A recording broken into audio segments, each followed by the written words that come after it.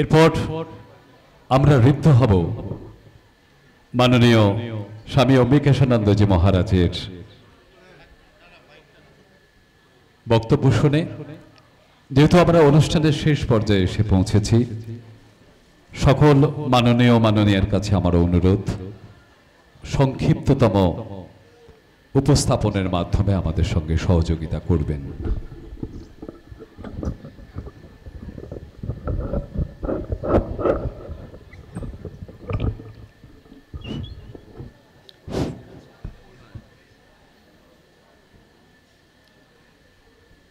ओम स्थापकाय च धर्मस्य सर्वधर्म स्वरूपिणे अवतार वरिष्ठाय रामकृष्णाय ते नमः।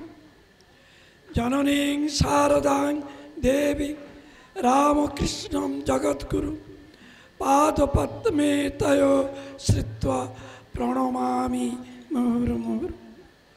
नमः श्री ज्योतिराजाय विवेकानंद सूरये सच्चित सुख स्वरूपाय स्वामिने तापहारिणे वसुदेव सुतं देवं कंस चाणूरमर्दनं देवकी परमानंदं कृष्णं वंदे जगद्गुरुम्। अखंडमंडलाकारं व्याप्तं येन चराचरं तत्पदं दर्शितं येन तस्मै श्री गुरवे नमः। मंचे उपविष्ट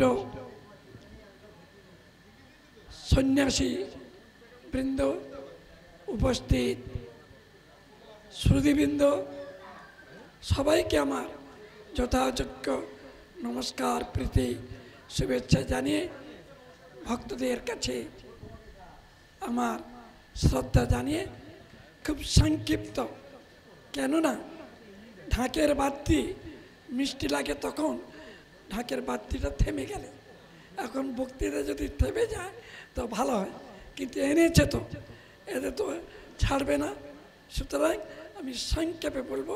অন্যান্য আরও অনেক বক্তা আছেন, অতএব দু চারটি কথা বলবো।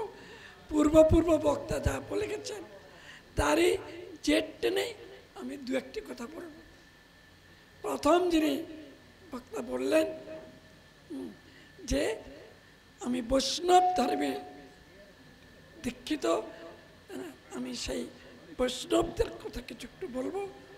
কিন্তু আমার তখন মনে হলো ধর্মটা শুধু বৈষ্ণব, খ্রিস্টান, মুসলমান ধর্ম নয়, ধর্ম হলো একটি, সেটি হলো মানব ধর্ম। আর এইগুলি হলো মত, বৈষ্ণব মত, শৈব মত, খ্রিস্টান মত, এগুলো হচ্ছে মত, এগুলো ধর্ম নয়। ধর্ম একটি, সেটি হলো মানব ধর্ম। এক। দ্বিতীয়ত বললেন যে অহংকার, সত্যি প্রত্যেকেরই অহংকার আছে। আমরা আজকে শ্যামসুন্দর মন্দিরে এসছি, আজকে শ্যামসুন্দরজি ওসি ছেড়ে বাঁশি ধরেছেন।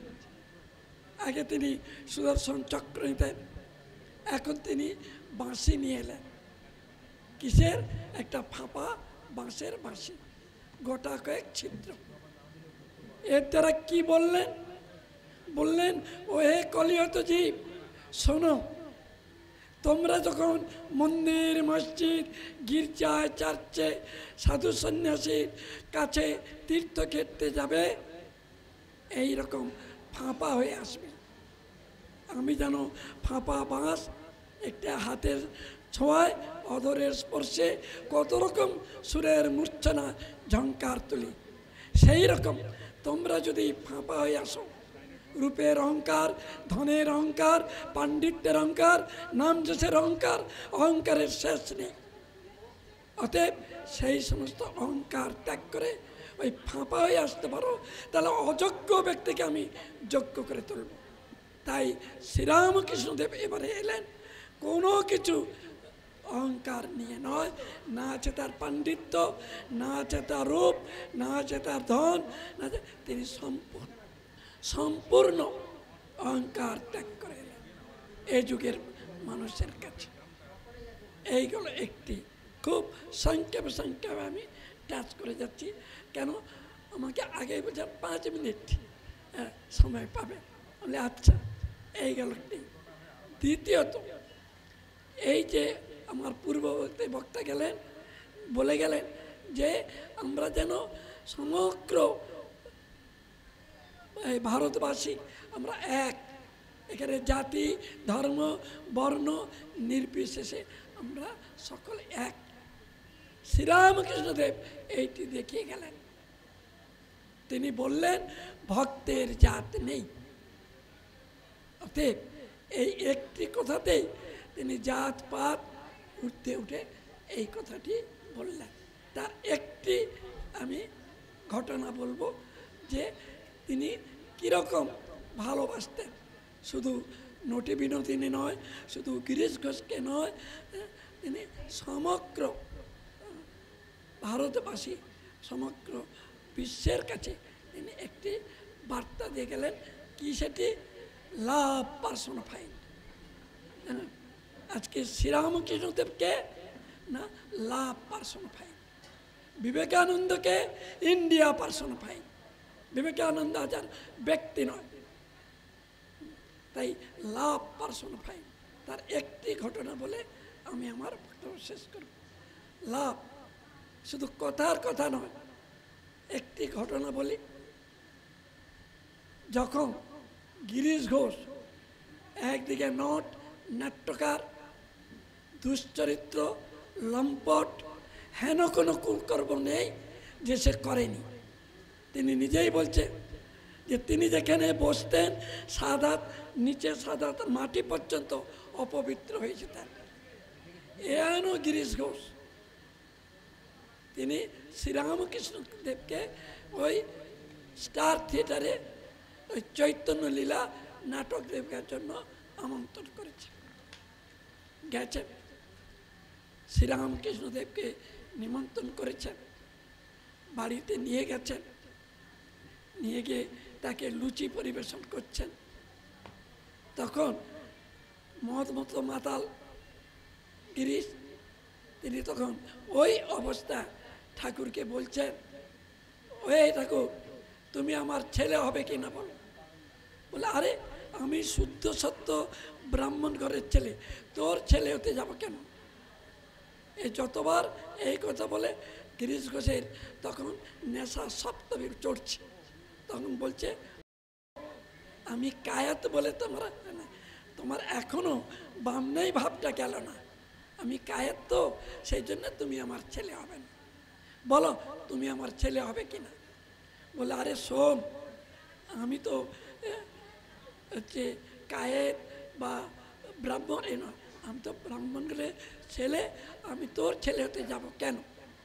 সে আর শুনে না। তখন জোর করে তাকে আর লুচি খেতে দিল না, হাত ধরে উঠিয়ে দিচ্ছে। আর ঠাকুর তখন বলছে, দেখো দেখো কি সুন্দর ফুলকো ফুলকো লুচি, গিরিশ খেতে দিল না, হাত ধরে তুলে দিচ্ছে। আর তার সঙ্গে যারা ছিল তারা বলল, এত অপমান, তবু বলছে হ্যাঁ। বলে সেদিনের মতো গিরিশ ঘোষ, এই ঠাকুর শ্রীরামকৃষ্ণদেব আর তারা সঙ্গে ছিলেন, তারা ফিরে গেলেন। পরের দিন ওই দক্ষিণেশ্বরে ওই কাঁকুড়গাছির থেকে রামচন্দ্র দত্ত মশাই এসেছেন একটা গাড়িতে করে। ঠাকুর তাকে দেখে বললেন, রাম দেখছো কাল গিরিশ কি গালাগালটা না দিলে? বললে, হ্যাঁ কৃষ্ণ বলেছিল যে কালিয়া তুমি এত বিষ ঢালো কেন যমুনা? বলে, তুমি কি আমাকে অমৃত দিয়েছ যে অমৃত দেব? তাই আপনি গিরিশকে যা দিয়েছেন তাই বলছেন। বলে, তাহলে একবার গিরিশ ঘোষের বাড়ি গেলে হতো না? বলে, যাবেন তো চলুন। বলে 9টার দিকে গিরিশ ঘোষের কাছে পৌঁছেছেন। আর গিরিশ ঘোষ সকালে উঠেই পায়চারি করতে বলছেন, ইস নেশার ঝোঁকে কাল এতটা গালিগালা দিলাম, না দিলেই ভালো হতো বলে পায়চারি করছেন। এমন সময় ঠাকুর গাড়ি থেকে নামছেন। দেখেই গিরিশ দৌড়ে গিয়ে তার পা জড়িয়ে ধরে বললে, আজ যদি তুমি না আসতে আমি ভাবতাম তুমি পরমাংশ নামের অযোগ্য। আজ যদি তুমি না আসতে বলতাম তুমি নিন্দা এবং প্রশংসার উঠতে উঠতে পারোনি। বুঝেছি আজ তুমি কে। আমি জীবনে বন্ধু পাইনি, বলো তুমি আমার ভার নিবে কিনা। ঠাকুর বলছে, ওরে গিরিশ পাটা ছাড়। বলছে, না, আগে বলো তুমি আমার ভার নিবে কিনা। আর এদিকে গিরিশের চোখ দিয়ে দর দর করে জল পড়ছে। বলছে তখন, ভাবান্তর নাহি মাত্র জানি, হে তব করুণার দীন শরণ। মাগে না মাগে কৃপা বিলাও, ধরায় বরিশ আর বারিশ বরিশন। বিধবার ধন অপহরণ, পরস্ত্রী গমন, পাপাসক্ত অত্যাচারী, কলুষিত জীবন, তবদার উন্মুক্ততার পতিত পাবন। এই হলো শ্রীরামকৃষ্ণদেব লাভ পার্সনিফাইড। এরকম তার বহু ঘটনা আছে, আমি একটি খুব সংক্ষেপে বললাম। সুতরাং এই যে ভালোবাসা, ঠিক এই ভালোবাসা মহাপ্রভুর মধ্যেও ছিল। তিনি বলেছিলেন, কে কবে দেখিয়াছে ব্রাহ্মণে চণ্ডালে করে কোলাকুলি। এই চৈতন্য মহাপ্রভুর আগমনে এটা দেখলাম। সুতরাং এই সেই 550 বছর আগে আর 150 বছর আগে যা তারা বলে গেছেন যুগোপযোগী, কেবল একই যুগোপযোগী বাণী, কিন্তু কথা মূল তত্ত্ব একই। সুতরাং আমরা যারা আজকে এসছি প্রাণের টানে এবং শ্রীরামকৃষ্ণদেবের বাণীকে যদি আমরা অনুধ্যান করি তবেই আমরা কৃতকৃতার্থ হব। কিন্তু দুঃখের বিষয় কি জানেন, এত ধর্ম আলোচনা হচ্ছে, এত শাস্ত্রপাঠ হচ্ছে, এত সমস্ত বড় বড় শাস্ত্রের কথা বলছি, কিন্তু বাস্তবের দিকে যখন তাকাই তখন মনটা বেদনায় ভারাক্রান্তে উঠে যে কি হচ্ছে, এত হচ্ছে, কিন্তু আমরা মূলটা ভুলে গেছি।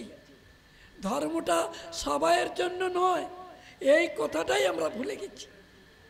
ধর্ম কার জন্য বলে, রিলিজিয়ান অফ এ জেন্টেলম্যান, ধর্ম ভদ্রলোকের জন্য, সবাইয়ের জন্য ধর্ম নয়।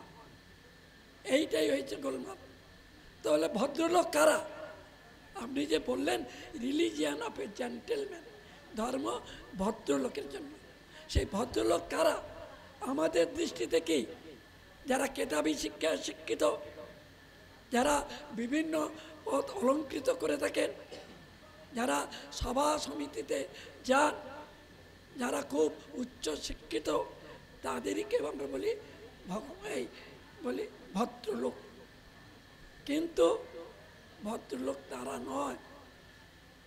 কারা বলে, তারাই যারা ব্ল্যাক মার্কেটিং করবে না, যারা ঘুষ খাবে না, যারা মিথ্যা কথা বলবে না, যারা অপরের অনিষ্ট করবে না, তারাই হচ্ছে ভদ্রলোক। এইটা আমরা ভুলে গেছি। ঠিক স্বামী বিবেকানন্দ তার 10 খণ্ড ভলিউম পড়ে দেখবেন, কথাও তিনি বলেননি। তিনি তার যত আশা ভরসা স্থল ওই ভুনাওয়ালার উনুনের পাশ হতে বেরুক লাঙ্গল ধরে চাষার কুটির ভেদ করে জেলে মালা মুচি মেতর ঝুবড়ির মধ্যে হতে ভুনাওয়ালার উনুনের পাশ হতে হাট হতে বাজার হতে কলকারখানা হতে। কই, তিনি তো কথাও বললেন না। নূতন ভারত বেরুক স্কুল হতে কলেজ হতে শিক্ষিত সম্প্রদায় হতে, অথচ আজকের যারা তার বাণী বহন করছে তারা সবাই শিক্ষিত। কেন তিনি বললেন না? তার যত আশা ভরসা স্থল ওই জেলে মালা মুচি মেতর। সুতরাং তারাই হচ্ছে ভদ্রলোক, যারা মিথ্যা কথা বলে না, ঘুষ খায় না, ব্ল্যাক মার্কেটিং করে না, অপরের অনিষ্ট করে না। এই গুণগুলি যেন আমরা অর্জন করলে তবেই যথার্থ এইসব দিন পালন, এইসব দিনে তাদের প্রতি শ্রদ্ধা দেখানো হবে। নতুবা এই কেবল মন মুখ এক নয়, কেবল লোক দেখানো, এই হবে সার। যেমন চলছে তেমনি চলবে। সুতরাং আজকের দিনে, এই বিশেষ দিনে শুভ সন্ধ্যা, ঠাকুরমার স্বামীজির কাছে প্রার্থনা করি, তোমার পতাকা জারিয়ে দাও, বই বাড়ি দাও সকল। সেই শক্তি আমাদের মধ্যে দিন, তার বাণীকে যেন আমরা বহন করে আমরা যেন আমাদের জীবনে প্রয়োগ করে নূতন প্রজন্মের সামনে তুলে ধরতে পারি। আজকের দিনে এইটি বড় সমস্যা। ছেলেমেয়েরা শিক্ষিত হচ্ছে, ডাক্তার ইঞ্জিনিয়ার হচ্ছে, কিন্তু তবু বলছি ছেলেমেয়েরা মানুষ হচ্ছে না। কেন? কাকে দেখে মানুষ হবে? বাড়ির মধ্যে মা বাবার মধ্যে স্বার্থপর, স্কুলে শিক্ষকদের মধ্যে দেখবে ব্যবসাদারি মূর্তি, প্রফেসরদের মধ্যে আর একদল জুতো খুলে ঢুকছে, একদল জুতো পরে বেরোচ্ছে, কলেজে 4 ঘন্টাও থাকেন না। আর রাজনৈতিক নেতা নেত্রীদের কথা যত কম বলা যায় মঙ্গল। সুতরাং ওই নবীন প্রজন্মরা কাকে দেখে শিখবে? সুতরাং আসুন আজকের এই শুভ সন্ধ্যা আমরা প্রত্যেকেই সংকল্প করি, 1 টন কথা বলার থেকে 1 আউন্স নিজের জীবনে প্রয়োগ করে নবীন প্রজন্মের সামনে তুলে ধরি। সকলকেই নমস্কার। প্রণাম মহারাজ স্বামী অবিবেকানন্দজি মহারাজকে, তার অমূল্য বক্তব্য পেশের জন্য আমরা ঋদ্ধ হলাম তার বক্তব্যে।